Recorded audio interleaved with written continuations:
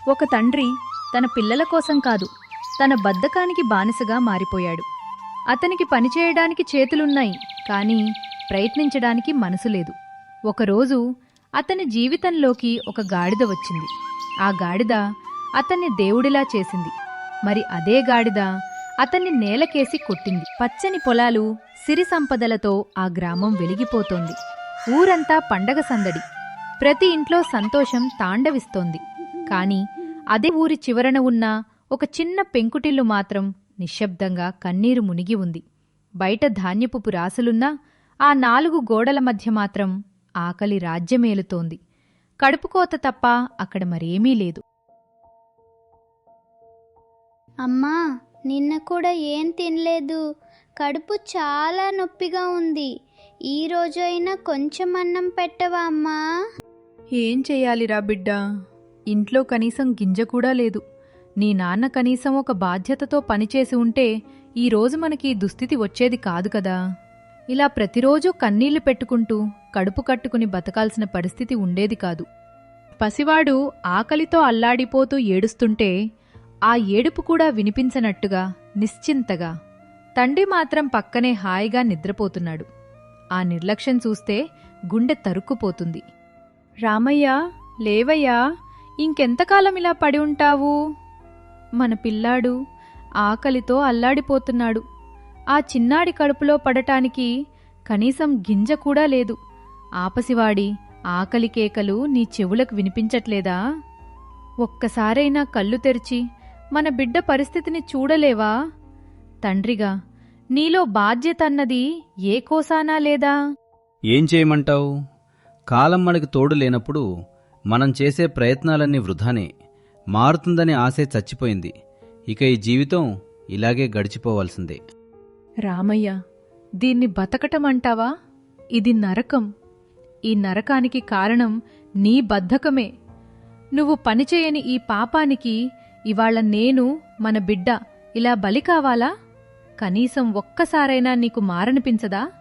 ఆకలితో అల్లాడుతున్న మన పిల్లాన్ని చూసి కూడా నీకు బాధ్యత లేదా? అదృష్టం ఉంటే అన్నీ దానంతట అవే వస్తాయి.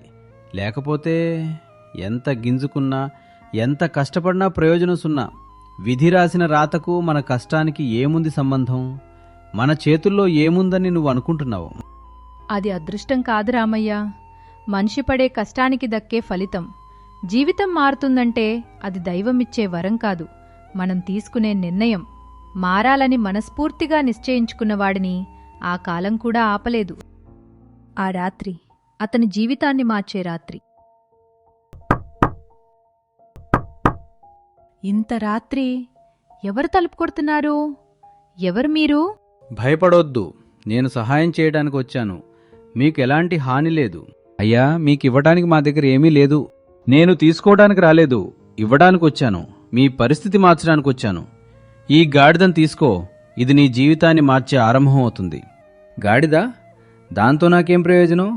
ఇది మా పరిస్థితిని ఎలా మారుస్తుంది? దీన్ని నువ్వు భద్రంగా కాపాడుకుంటే నీ జీవితాన్ని బంగారుమయం చేస్తుంది. నీ దశను మార్చే అసలైన అవకాశం ఇదే. కాని జాగ్రత్త, ఒక్క క్షణం నీలో లోభం పెరిగిందంటే అదే బంగారం నీ పాలిట విషమై నీ భవిష్యత్తును నీ చేతులతోనే నాశనం చేస్తుంది. మరుసటి రోజు ఎవరూ ఊహించని అద్భుతం జరిగింది. ఆ గాడిద మలం బంగారంగా మారింది. ఇది నిజమా? నేను కలలో ఉన్నానా?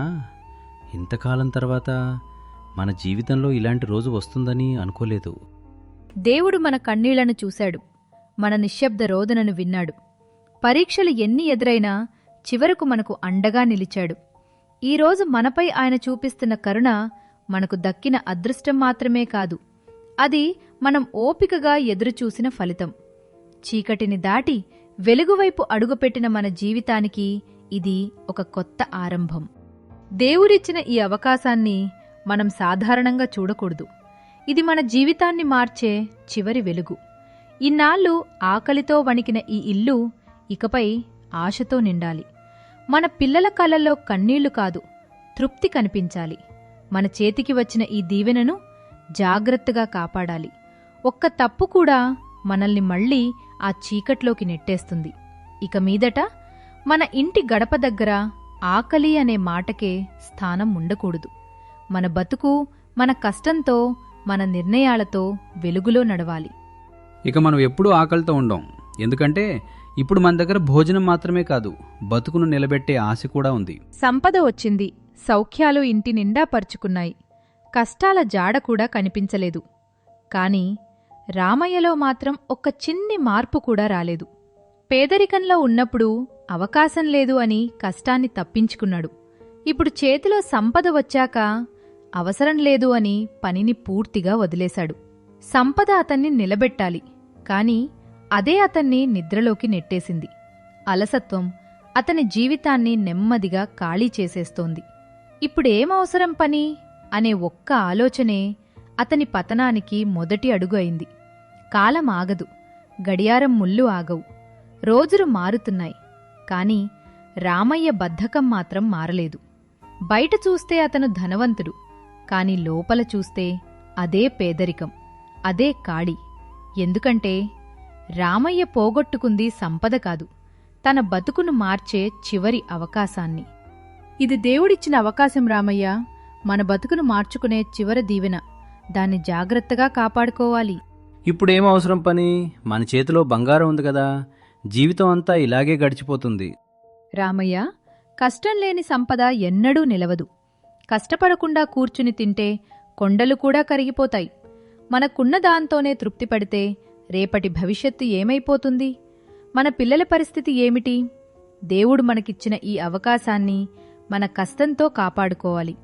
మన తెలివితేటలు, కష్టపడే తత్వం ఉన్న చోటే దైవ సహకారం ఉంటుంది. బద్ధకానికి అలవాటు పడితే ఆకలి తప్ప మరేదీ మిగలదు. సంపద చేతికి వచ్చినప్పుడు మనిషి తనని తాను సరిదిద్దుకోకపోతే అది వరంగా మిగలదు, నిశ్శబ్దంగా ముంచుకొచ్చే ప్రమాదంగా మారుతుంది. దురాశ మనిషి చూపునే కాదు, విచక్షణను కూడా మసకబారుస్తుంది. అది తన పతనానికి తానే బాటలు వేసుకునేలా చేస్తుంది. ఇలా రోజుకోసారి కొంచెం కొంచెంగా రావటం ఎందుకు? ఒక్కసారిగా పెద్ద మొత్తంలో బంగారం వస్తే ఎంత బావుంటుందో. అన్నీ ఒకేసారి చేతిలో పడితే దాన్ని అమ్మేసి పెద్ద సొమ్ము చేసుకోవచ్చు. ఆ తర్వాత జీవితాంతం కష్టపడాల్సిన అవసరం ఉండదు. పని, చెమట, శ్రమ అన్నీ గతమైపోతాయి. సుఖంగా కూర్చొని తింటూ ఏ కష్టం లేకుండా జీవించొచ్చు. మరింత బంగారం కావాలన్న దురాశ రామయ్యలోని మనిషిని లోలోపలే కాల్చేసింది. ఆలోచించే శక్తి చచ్చిపోయింది, సహనం ఆవిరైపోయింది, విచక్షణ లోభానికి బానిసైంది. అన్నీ ఇప్పుడే కావాలి, అంతా నాకే కావాలి అన్న ఆవేశంలో అతను తనమీదే నియంత్రణ కోల్పోయాడు. ఆ క్షణంలో అతను కొట్టింది ఆ మూగజీవిని కాదు, తన అదృష్టాన్నే. దురాశ అనే కత్తితో తన భవిష్యత్తునే స్వయంగా నరుక్కున్నాడు రామయ్య. అదృష్టమనేది మన చేతుల్లో ఉండదు, మన నిర్ణయాల్లో ఉంటుంది. ఒక్క క్షణం తీసుకున్న తప్పుడు నిర్ణయం జీవితాన్ని తలకిందులు చేసింది. ఆ రోజు గాడిద కూలిపోవటంతోనే రామయ్య అదృష్టం కరిగిపోయింది. బంగారం ఆగిపోయింది, ఇంటి దీపం వెలుగు చల్లారింది. ఒకప్పుడు సంపదతో మెరిసిన ఆ ఇంట్లో ఇప్పుడు పశ్చాత్తాపం అనే చీకటి తప్ప ఏమీ లేదు. నా దురాశే నా పతనానికి బాటలు వేసింది. అదృష్టం తలుపు తట్టినప్పుడు దాన్ని గౌరవించాల్సింది పోయి లోభంతో దాన్ని నేనే నాశనం చేసుకున్నాను. వరంలా వచ్చిన ఆ సంపద నా అంధత్వానికి శాపంగా మారింది. ఇప్పుడు వెనక్కి తిరిగి చూసుకుంటే పోయింది నా బంగారం కాదు, నా జీవితమే అని అర్థమవుతోంది. ఇప్పటికే చాలా ఆలస్యమైంది రామయ్య. కష్టపడకుండా వచ్చింది ఎప్పుడూ ఎక్కువ కాలం నిలవదు. అది సంపద కాదు, ఒక్కసారి వచ్చిన అవకాశం మాత్రమే. అదృష్టం అకస్మాత్తుగా వస్తే అది కష్టం నుంచి తాత్కాలిక ఉపశమనం మాత్రమే. జీవితాన్ని నిలబెట్టేది మాత్రం మన శ్రమే. ఎంతకాలం బద్ధకంగా ఉన్నావు రామయ్య? ఇప్పటికైనా అర్థం చేసుకో. కష్టపడి సంపాదించిందే నిజంగా మనదవుతుంది, దానికే విలువ ఉంటుంది. దేవుడు మనకు ఒక అవకాశం ఇచ్చాడు, కానీ మనం దాన్ని సద్వినియోగం చేసుకోలేకపోయాం. ఇప్పుడైనా ఆలస్యం చేయకుండా మళ్లీ మొదలు పెట్టాలి. ఇక తప్పనిసరిగా కష్టపడాల్సిందే రామయ్య. ఇకపై నా నిజమైన సంపద బంగారం కాదు, నా కష్టపు చెమటే. అడ్డదారిలో సులభంగా వచ్చిన సంపద ఎంత వేగంగా వచ్చిందో అంత వేగంగానే కరిగిపోతుందని అర్థమైంది. కానీ నా శ్రమతో సంపాదించే ప్రతి రూపాయి నా ఆత్మగౌరవానికి నిదర్శనం. ఇప్పటినుంచి నా కుటుంబం బంగారాన్ని నమ్ముకుని కాదు, నా కష్టాన్ని నమ్ముకుని బతకాలి. వారి నవ్వులు నా శ్రమకు ప్రతిఫలంగా ఉండాలి. వారి భవిష్యత్తును నా కష్టంతోనే నిర్మిస్తాను. నేను సంపద వెంట కాదు, నా గౌరవం వెంట అడుగులు వేస్తాను. ఆ రోజు నుండి రామయ్య తన దగ్గర ఉన్న 2 ఎకరాల పొలంలో తన చెమటతోనే జీవితం మళ్లీ నిర్మించుకున్నాడు. తన కష్టంతోనే కుటుంబాన్ని గౌరవంగా పోషించాడు. Thanks for watching. Please like, share